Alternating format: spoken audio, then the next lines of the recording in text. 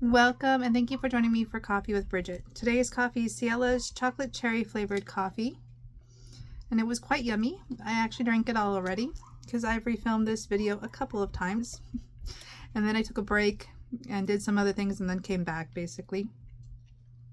And I'm here trying it yet again. So this one has been a little hard for me. It involves shadow work and the authentic self. And shadow work is always a challenge. So I wanted to share how a theme of fragmentation came up in my life today, or life this week, and explain how that's shadow work and how that has to do with my authentic self. So we all have personas. We have different masks that we wear in different situations for the most part, whether that's in front of friends, family, lovers, etc. We put on a mask and we appear a certain way.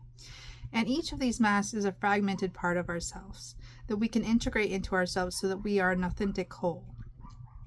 A part of my spiritual journey and my self-development journey has been to integrate these things, which is shadow work, and become more whole and more authentic. And this led me to get rid of the filters on my videos, which has been very hard for me because I really liked my social media mask. So let me explain how this theme came up and how it culminated. So it started off with reading the book The Body Keeps the Score, chapter 17. And that chapter starts off with a DID case, which is dissociated identity disorder. And that is what was formerly known as multiple personality disorder. And the chapter explains that we all have fragmented selves and how that works, some treatment for that works, which is called IFS. Internal family system. Pardon me for the cough. The coughing has been bad today. So the internal family system. And basically that consists of the managers and firefighters who are protecting the exiles. And the exiles are what we call in the spiritual realm inner child. So basically, you have to get past the managers and the firefighters to get to the exiles to reparent them in order to heal the trauma, or at least change the stagnancy of the trauma, or the stagnancy that the trauma has created, and change behavior. So that is a wonderfully applicable teaching that I am looking forward to share in book club. I'm recording this the day before book club, but you'll be seeing this after book club. So that is IFS. So I really was thinking about that deeply because first I read it and then I listened to the audio, and I always catch different things in chapters when I do that. And I was thinking about how that applies to everyone's lives. And then the Broken Alchemist Jay posted a blog that was very it was basically about the fragmented self as well. It was very vulnerable for him to share.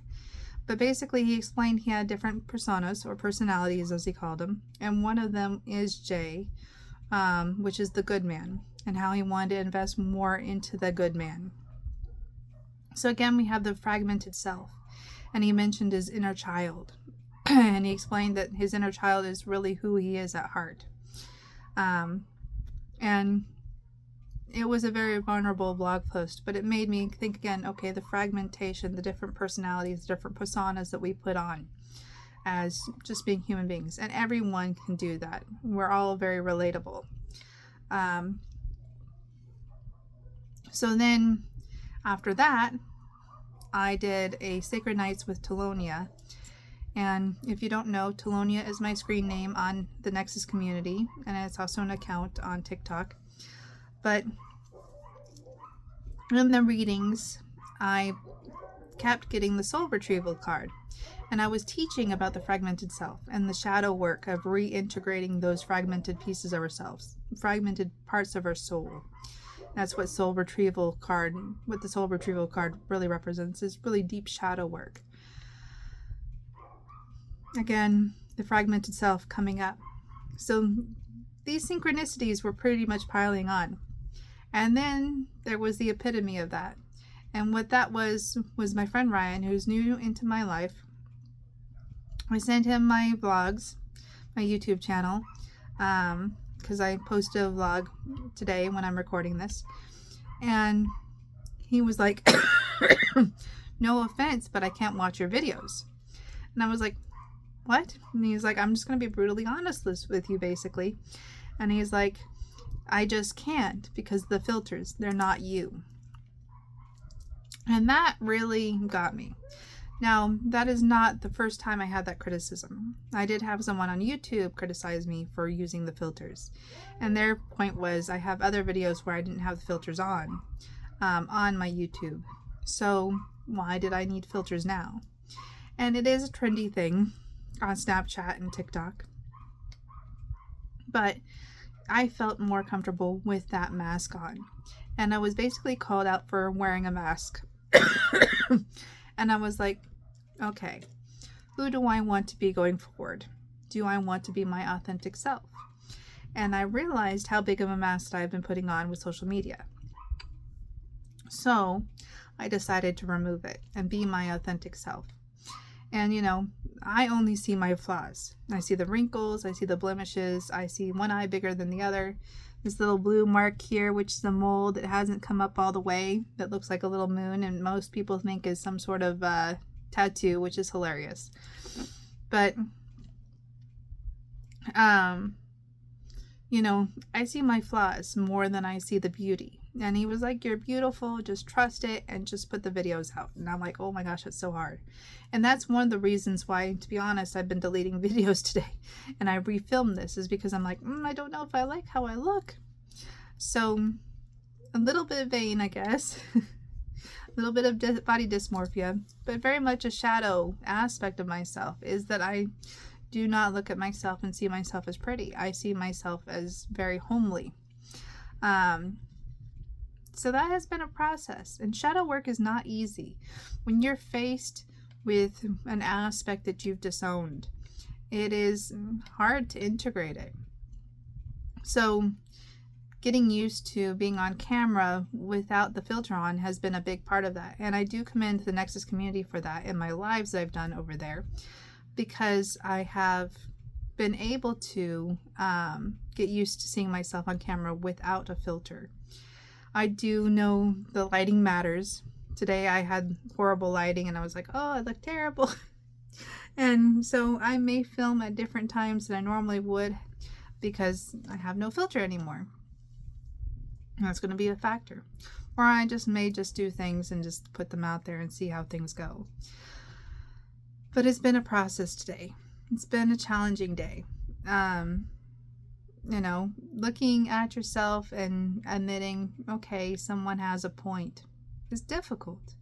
You know, I could say, oh, I like filters and it doesn't matter to me whether you watch my videos or not. But that wouldn't be my authentic self. You know, the authentic me is aging. I do have wrinkles. I do have blemishes. You know, this is who I am. And I do think it's important to share that in these vlogs and in my videos. Because I do want to be my authentic self. I do want that relationship, that authentic relationship with people. And the filters put a barrier there that I felt the need to take down. So that has been a journey today. You know, today has been, I started without filters yesterday, I think. And then today I filmed multiple videos without the filters, and that was a challenge for me. So that is what happened to the filters. That is why they are gone. I really hope you enjoyed this vlog and a little example of shadow work and how it can be challenging, and I admit that, but it is so worthwhile because being your authentic self really is powerful. People can't tear you down when you're your authentic self. There is nothing to be torn down. So I hope you enjoyed this video. I hope you have a wonderful day, a wonderful weekend, and take care, and bye for now.